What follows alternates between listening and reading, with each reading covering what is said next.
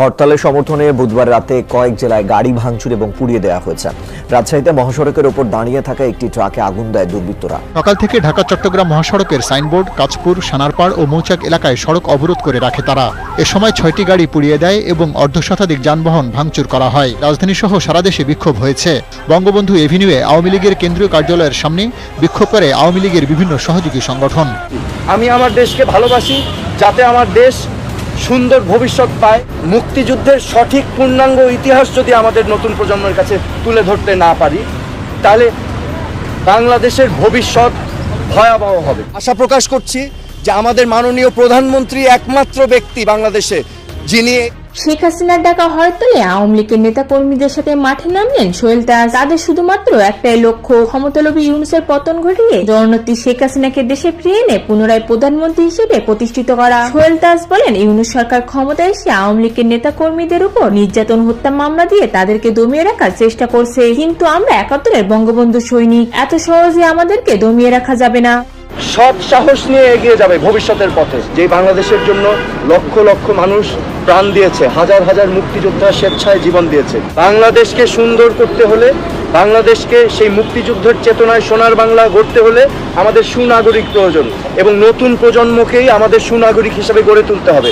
এবং তাদেরকে আমরা তখনই সুনাগরিক হিসেবে গড়ে তুলতে পারবো যখন তারা উদ্বুদ্ধ হবে আমাদের মুক্তিযুদ্ধের চেতনায়, আমাদের বীরত্বের চেতনায়। এছাড়া শেখ হাসিনার ডাকা হরতালে ইতিমধ্যে দেশের বিভিন্ন জেলায় আওয়ামী লীগের নেতা কর্মীরা ধ্বংসযজ্ঞ শুরু করেছে। তাদেরকে বাধা দেওয়ার জন্য বিএনপির নেতা কর্মীরা এবং ইউনূসের পুলিশ প্রশাসন সামনে আসছে। তবে কোনো কিছু তোয়াক্কা না করে তাদেরকে গণধোলাই দিচ্ছে আওয়ামী লীগের অঙ্গ সংগঠন। এ যেন নির্বাচনের আগে শেষবারের মতো মরণ কামড় দিতে শুরু করেছে আওয়ামী লীগ। শেখ হাসিনাকে আগামী নির্বাচনে অংশ নেওয়াতে তারা নিজেদের প্রাণ দিতেও প্রস্তুত।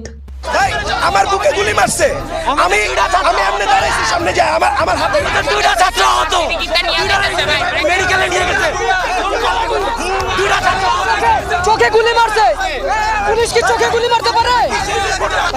আইন শৃঙ্খলা রক্ষাকারী বাহিনী এখানে উপস্থিত রয়েছেন এবং ধাওয়া পাল্টা দেওয়ার ঘটনা কিন্তু ঘটছে, এবং দেখতে পাচ্ছেন যে পুলিশও এখানে রয়েছে।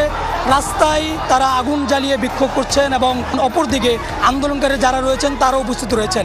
এবং আমরা আজকে এখানে এসে দেখেছি আন্দোলনকারী যারা রয়েছেন তাদের মধ্যে সাধারণ মানুষের উপস্থিতি আমরা দেখেছি, এবং বলা চলে যে দিকে যাচ্ছে, যাকে একা পাচ্ছে তাকে তারা মারার চেষ্টা করছেন, এবং উভয়ই মারমুখী একটি অবস্থান তৈরি হয়েছে এখানে, এবং সবার হাতে লাঠি রয়েছে এবং মুহুর্মুহু একটি পরিস্থিতি তৈরি হয়েছে, এবং বেশ কয়েকটি ককটেল বিস্ফোরণ কিন্তু এখানে হয়েছে।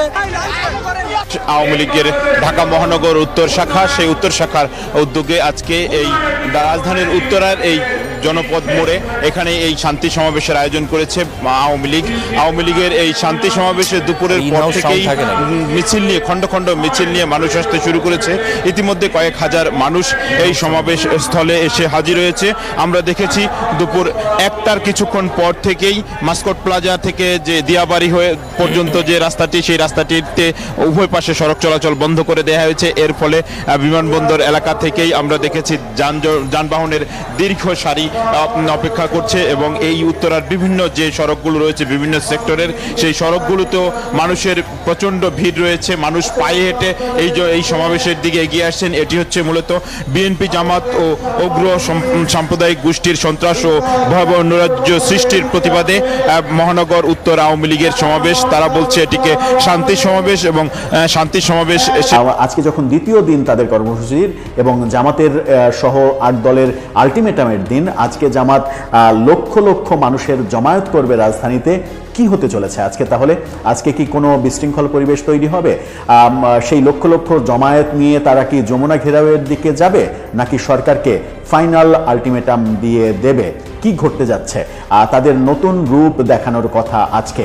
সেই নতুন রূপে কি কি দেখবো আমরা? চলুন একটু চিন্তা করে আলোচনা করে দেখি গণমাধ্যমও কি বলছে, এটা নিয়ে কি পূর্বাভাস দিচ্ছে। থাকবেন দর্শক। বলছিলাম আজকে 8 দলের, জামাতের নেতৃত্বে 8 দলের ইসলামী দলের আলটিমেটামের দিন আজকে তারা সমাবেশ করবে পল্টন, পুরানো পল্টন এলাকায়, অর্থাৎ বাইতুল মোকাররমের পাশে যে রাস্তা, মতিঝিল টু পল্টন যে রাস্তা, সেই রাস্তায় তারা সমাবেশ করবে। তার মানে হচ্ছে যে আজকে ঢাকার ওই অঞ্চলটা, একটা পুরো অঞ্চল, পুরান ঢাকার পুরো অঞ্চলটা এটা মানে বন্ধ থাকবে, মানুষের পক্ষে চলাচল করা সম্ভব হবে না।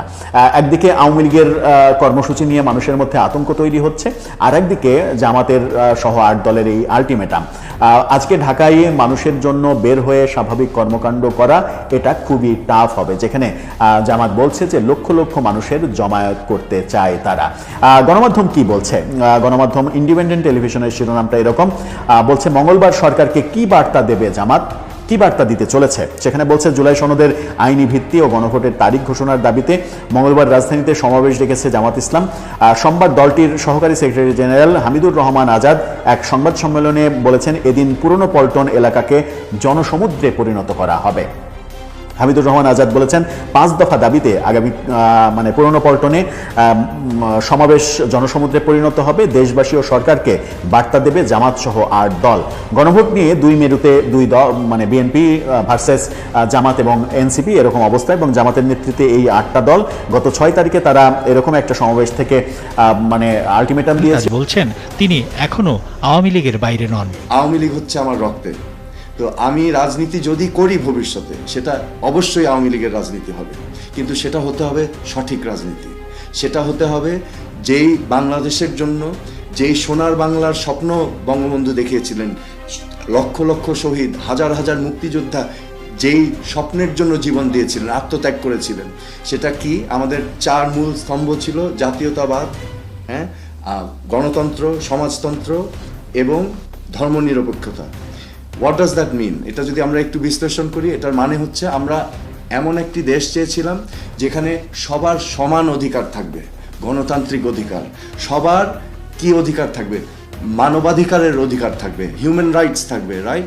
এমন একটি দেশ যেখানে একটা মানুষ তার মেধা এবং যোগ্যতা দিয়ে এগিয়ে যাবে, নট বাই ফেভার, রাইট? নিজের মেধা যোগ্যতা দিয়ে। এমন একটি দেশ যেখানে অনিয়ম থাকবে না, দুর্নীতির মতো ক্যান্সার থাকবে না, কারণ দুর্নীতি কিন্তু সবচেয়ে বড় ক্যান্সার একটা দেশের জন্য। এমন একটা দেশ যেখানে অব্যবস্থাপনা থাকবে না, যোগ্য মানুষের দ্বারা দেশ পরিচালিত হবে। এরকমই একটা দেশ তো আমরা চেয়েছিলাম। এই জন্যই কিন্তু মুক্তিযোদ্ধারা স্বেচ্ছায় জীবন দিতে প্রস্তুত ছিল, তাই না? তো সেটাই যদি আমাদের লক্ষ্য হয়, তাহলে আমি প্রস্তুত আছি আবার সার্ভ করার জন্য।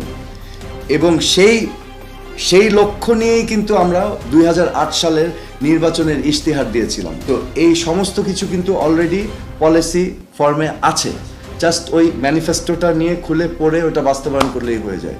এবং আমি চাই আমার দল সেটা করুক। আমি চাই অন্য কেউ এটা করার আগে আমরাই করব। আমার আদর্শিক জায়গা থেকে আমি সরে আসতে পারবো না। আমার আদর্শ রেখে যদি আমি স্বাধীনভাবে কাজ করতে পারি, অবশ্যই